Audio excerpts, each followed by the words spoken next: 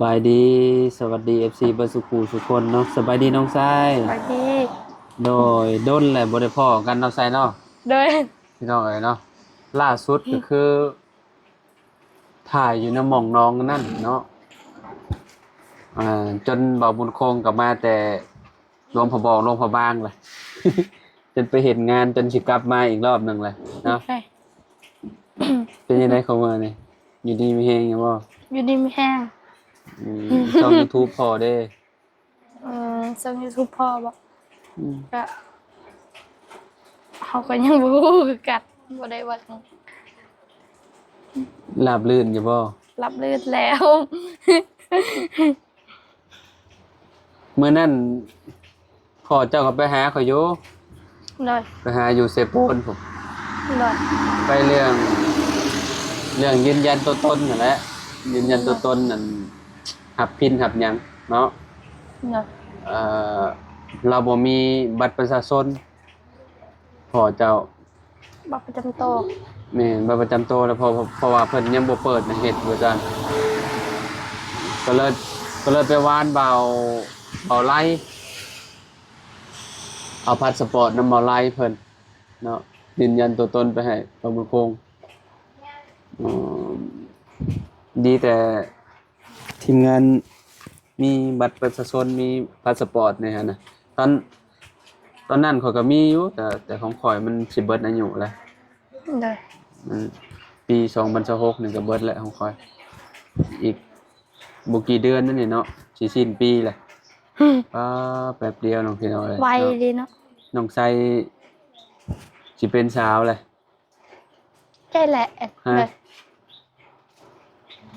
วันเวลาไวกับคนแห่งเฒ่าไวเนาะแม่นบ่น้องชาย โดย พอจะไปเฮ็ดเวียกแล้วบ่ แม่นเพิ่นไปแล้ว เฮ็ดอยู่แถวอ้อมแอมใกล้ๆนี่ล่ะว่าโดยแล้วเขามาอยู่บ่ มาเพราะมื้อนั้นน่ะเจอกันอยู่เนาะล่าสุดน่ะเนาะกินต้มเป็ดเนาะแม่นนี่คือน้องชายให้พี่น้องเอ้ย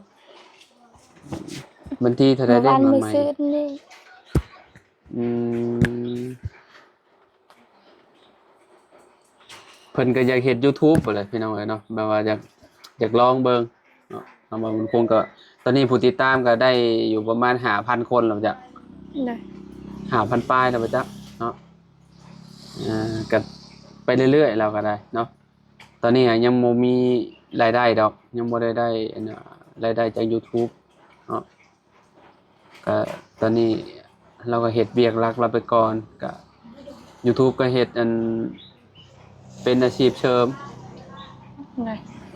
ถ้ามันได้อีหลีก็แต่ว่าสิออกมาเฮ็ด YouTube ผมจักพอน้องชาย คันเพิ่นยุบก็สิเฮ็ด YouTube คันเพิ่นยุบ อืม บ่มีทุนก็ชวนข่อยไปเมืองนองอยู่ เลย ไป เอาปัดกี่ ไป ไว้ บ้านน้องเจ้า เลย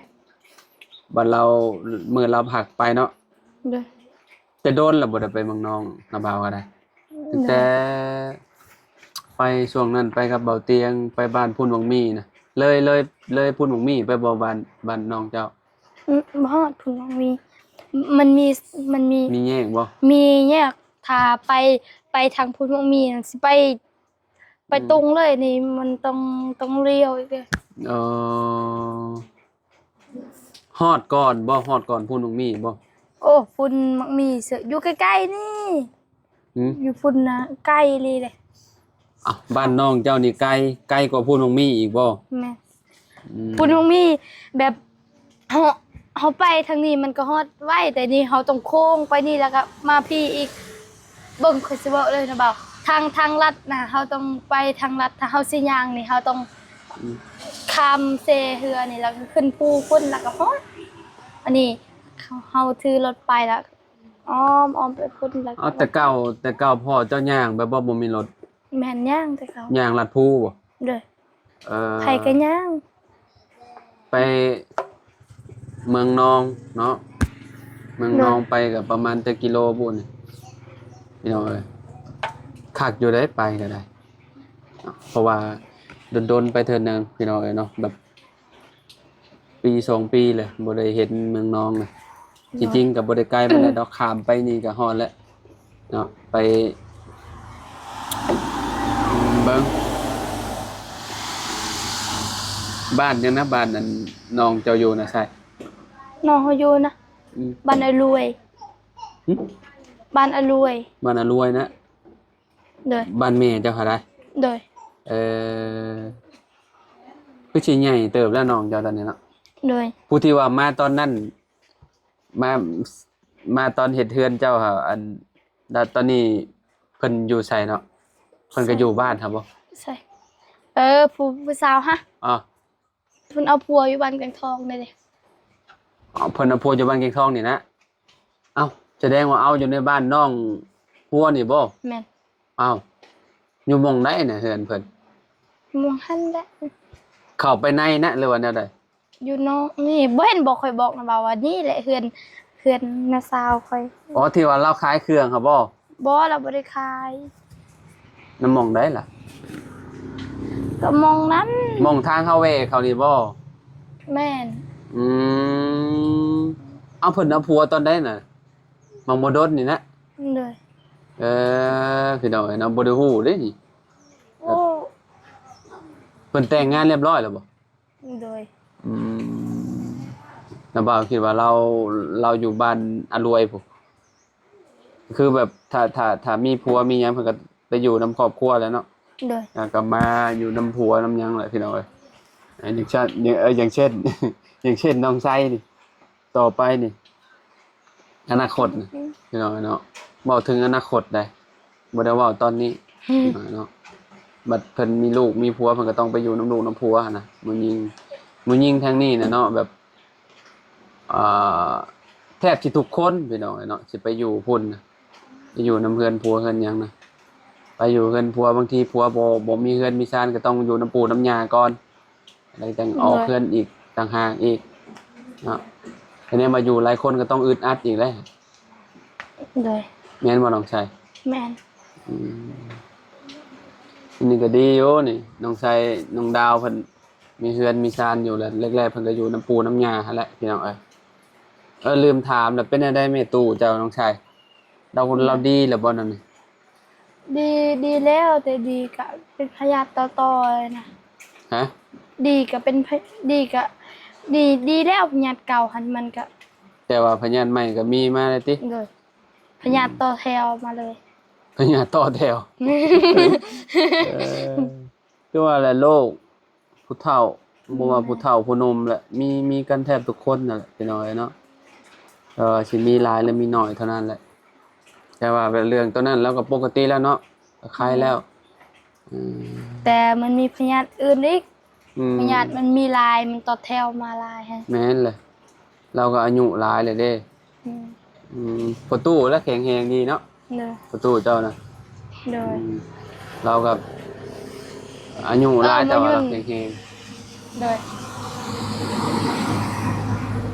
มื้อนี้หยุดมื้อนี้เนาะบ่ได้เข้าโรงเรียนวันอาทิตย์พี่น้องเอ้ยเนาะ อื่นเขาอีก ฝนตกกูจะคิดจะภาพเนาะ วันอาทิตย์วันฝนตกคือบ่ตกวันจันทร์ โยเป็นยังก็ให้ตรงวันจันทร์ สิได้หยุดบ่ บ่ให้ตกวันจันทร์นะใคร หยุดวันอาทิตย์ก็สบายแหละฝนตก หยุดวันอาทิตย์ ก็ว่าได้ซักผ้าเนาะ แม่ ผ้ามันก็บ่แห้งแล้วว่ะเออ ซักวันเสาร์ก็ มินบูดแล้วนี่ บ่ได้แดด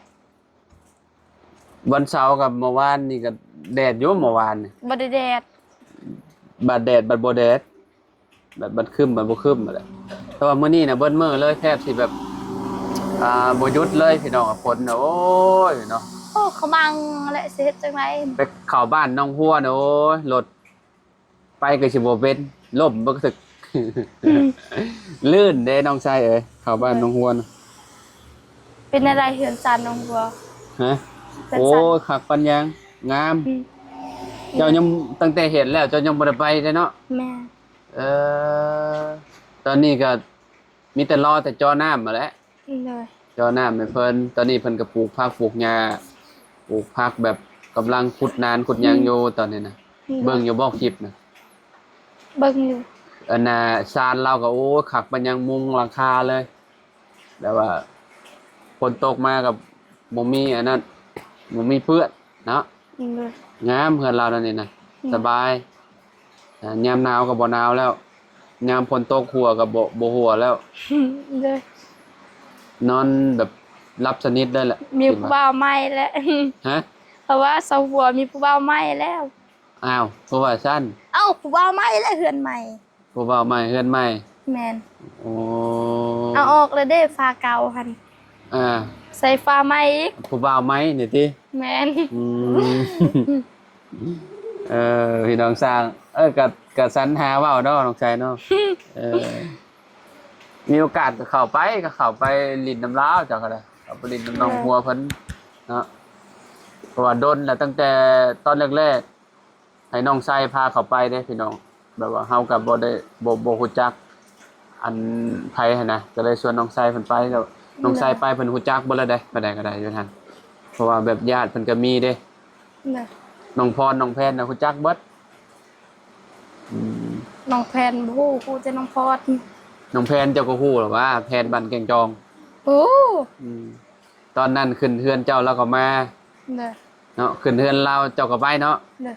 ปอสิเป็นปีแหละนี่เนาะแป๊บเดียวน้องพี่น้องเอ้ยเนาะช่วงขึ้นเฮือนน้องไส้นี่เดือนใดน้องไส้เนาะจื้อแล้วเด้น อืมประมาณตอนเขาอยู่โรงเรียนเนาะ ดังสงกรานต์บ่ฮะเนาะ แม่น แม่นติเนาะ ประมาณเดือน3ประมาณนี้แหละ แม่นบ่ เดือน3เดือน4เดือน5ก็ปีใหม่เด้อเด้ เออ เดือน3เดือน4นี่แหละ แป๊บๆหนึงเนาะสิฮอดปีแหละพี่น้องเอ้ยเนาะ เดือนดาวันเกิดเพิ่นกะวันที่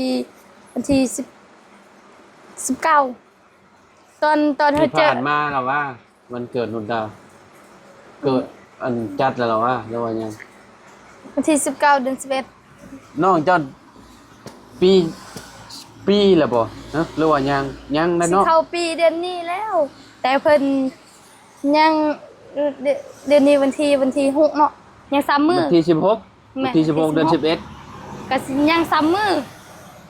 ก็สิเข้าปีแล้ว เอาสิครบปีแล้วนะเนี่ย แม่น โอ้น้องนุดดา เฮาก็สิเข้าปีแล้ว ได้ช่วงนั้นก็คือช่วงชุมนาบ่าวเข้ามาฮะ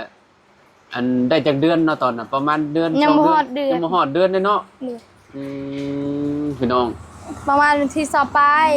24มื้อน้องเฮานั่นถ้าเดือน11วันที่24นี่ก็เฮาเจอกันก็ครบเดือนหนึง แม่นบ่ บ่แม่นเดือนหนึงปีหนึง ปีหนึงบ่สิบ่ จุดเริ่มต้นนี่ไปพ้อกันอยู่หันอยู่หม่องตำเขาอันนี้กับน้องชัยนี่ข่อยกับเบาลีสิว่าเจอน้องชัยครั้ง อะไร กับเบาไล่พร้อมแม่นบ่ แม่ เมื่อนั้นข่อยนั่งรถมากับเบาลีแล้วก็เพราะว่าสิพากันกลับบ้านแล้ว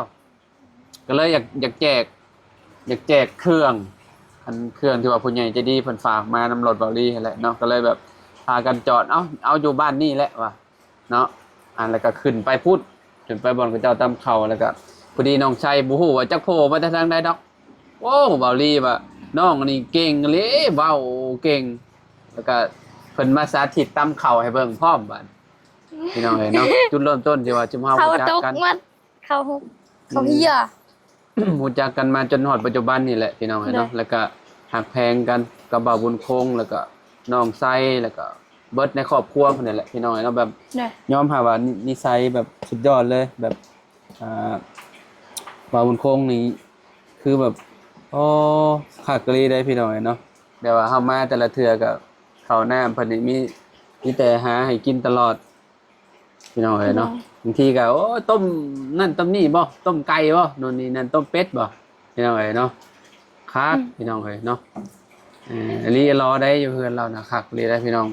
ยอมรับเลยกับปัจจุบันนี่ก็คือเขาไปทางบ้านน้องหัวก็โอ้แม่น้องหัวก็สุดยอดคือกันนี่ก็ได้พี่น้องเอ้ยแบบเรื่องข้าวเรื่องน้ำนี่ว่าบ่ให้เว้าเนาะยันแต่ชุมเฮาบ่ได้กินเราก็ได้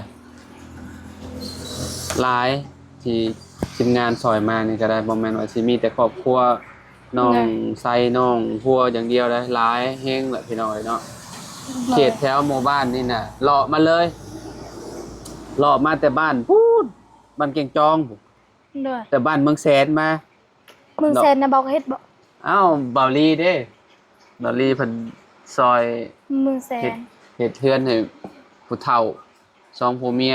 เปลี่ยนอันนั้นน่ะพากระจงพากระจาดให้เพิ่นนี่แหละที่หลักๆก็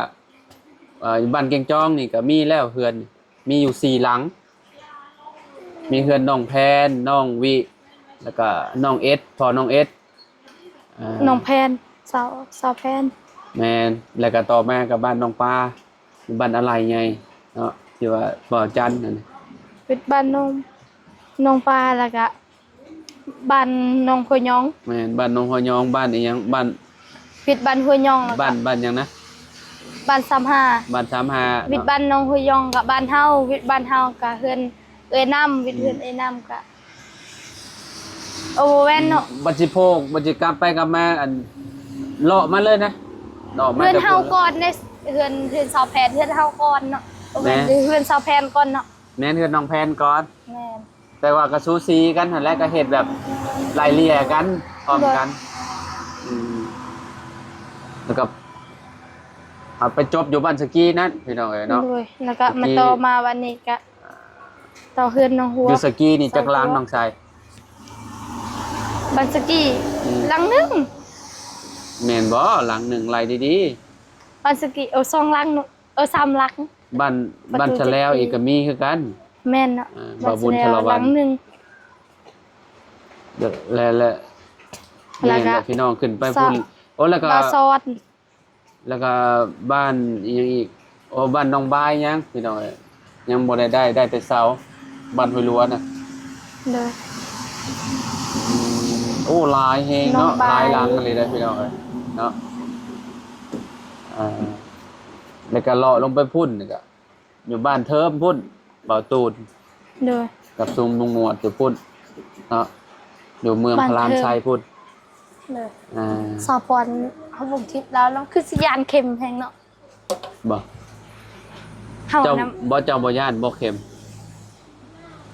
ฮะ บ่ ย่านได้ข่อยเวลากระเจ้าปักนี่โอ้ยอันเหยืองพี่น้องเอ้ย แล้วว่า เนาะ ให้บ่ บ่ให้แต่ว่ามันจักกะจี้นะเวลากระเจ้าแบบเข็มกระเจ้าเอามาปักใส่แขนครับคือว่าแบบบางคนเนี่ยโอ้แทบสิปบหนีหมดแล้ววิ่งหนีหมดแล้วพี่น้องเอ้ยแต่ถ้าเข็มถึง มันบ่เจ็บเด้อมันบ่เจ็บเนาะพี่น้องเนาะมันบ่เจ็บแต่เฮาย่านซื่อ อืม ๆมันบ่เจ็บซ้ำหมดกัดซ้ำหมดกัด บ่ตอนเขาปักเขามันอันเหยืองเนาะน้องชายเนาะมันจักกะจี้เนาะแต่พอมันเข้าไปเลิกแล้วก็มันก็บ่ปานใดมันก็ปกติแต่ว่าบางคนน่ะย่านคือข่อยก็ย่านคือกันบางคนก็ว่าโตบางใหญ่นี่คือย่านเข็ม อย่าย่านซื่อๆนี่แหละเนาะพี่น้องเอ้ยตัวว่าน้องก็บ่สบายบ่ ไผ น้องเจ้า น้องเฮา อืม นุดานะ ดาล่ะ เพิ่น ไข้ ไข้ แล้วบ่ แล้วเด้อ อืมเจ้าก็บ่ได้เป็นหยังติ เด้อ บ่ได้เป็นไข้เป็นหนาวว่าไข้แน่เนาะซะคิดว่าแบบช่วงนั้นคือเห็นแม่ก็เข้าห้องหมอ เด้อ เป็นหยังอ่ะ บ่สบาย เป็นไข้บ่ เด้อ อาการเพิ่นเป็นมันใดเป็นไข้หวัดนี่นะ โตเป็นไข้หวัดนี่แหละเป็นไข้หวัด ช่วงนี้ก็อากาศมันเปลี่ยนก็พยายามแบบบ่อันนั้นแหละบ่ไปคือแบบนี้แหล้วนี่ตากฝนตากหยังนี่กันถ้าแบบห่างกายบ่ค่อยดีเดี๋ยวก็เป็นไข้เป็นหนาวแล้วพี่น้องเอ้ยอากาศเปลี่ยนให้กว่าเดือน6ฝนตกโอ้ยเดือน11สิเบิดละ ใกล้สิเข้าก ลาง เดื เดื อ อน น 12 เลยนี่เนาะกลางเดือน11แล้วพี่น้องเอ้ยแต่ฝนก็ยังบ่ได้หยุดบ่ได้หย่อนเลยเขาคิดว่ามันเบิดแล้วฝนใช่มันก็ยังบ่เบิดอยู่ บุญทรงเฮืออยู่บ้านนาบาวนาบาวฮู้บอกวันที่เท่าไหร่ จงเฮืออยู่สวรรค์นะ เด้อ ออกพรรษา อืม เดือนออกพรรษาแบบพระเจ้าสิแข่งตลอดแหละ เด้อ แต่ปีนี้บ่ได้ไปเลยปีนี้ วิทย์แล้วเนาะ บิดแล้วขอยบ่ได้มื้อ พระเจ้าแข่งเรืออยู่สวรรค์ก็ได้ มีแต่สิอยู่เซโปดนี่แหละ เจะโบนมีอีกบ่ พี่ซอปายนี่ อ้าวคือพี่เจ้าคือช่วงเรือยามนี้ ก็เดือน11แหละเพิ่นส่งเรือ เออแม่นบ่ แถวนี้ก็มีแต่เดือน11เดือน11เดือน12 อ่าอยู่เชโปนเลยเนาะ เด้อ เออเอาไปสาพี่น้อยเนาะอยู่ดีมีเฮงทุกๆคนเนาะมื้อนี้ได้มาหาน้องไซแล้วก็ถามเรื่องราวเนาะพี่น้องเรื่องYouTube นำแน่เนาะแต่ว่าน้องไซคือสิบ่ฮู้หลายปานใดเพราะว่าพ่อ เด้อ น้องไซพุ่นแหละเพิ่นเป็นคนคุมพี่น้องเนาะเพิ่นเป็นคนถ่าย เด้อ แล้วก็เพิ่นเป็นคนลงเนาะตอนนี้ช่อง YouTube เพิ่นก็กำลังรอพินจาก YouTube อยู่พี่น้องเนาะเพราะว่าเฮาเฮ็ดให้ได้เติบหนึงแล้วพี่น้องเนาะ โดย ถ้าได้พินมาก็คือแบบเกาะอีหยังเข้าไปก็คือจบแล้วก็เปิดสร้างรายได้ได้เลยพี่น้องเนาะจากช่อง YouTube ได้เงินได้หยังหั่นแหละพี่น้องแต่ตอนนี้ก็สร้างรายได้แล้วแหละเรื่องโฆษณามันเข้าแล้วแหละเนาะ โดย ก็ถ้าเบิ่งพุ่นแหละว่าเพิ่นสิเฮ็ดไปฮอดไสทางบ่าวบุญคงเพิ่นก็ได้เนาะ เพิ่นก็อยากเฮ็ดเพิ่นว่าอยากลองเบิ่งเพิ่นสักครั้งหนึงเพิ่นว่าเนาะ โดย เออ ใจเปิดเพจ ไปพ้อกันใหม่ซะพี่น้องอยู่ดีมีแฮงน้องชาย สบาย ไป ดี พบกับคนนั่นแหละสบายดี FC สบายดี ทุกคนเนาะหากินข้าวกินน้ำเนาะน้องชายเนาะพี่น้องเนาะโดย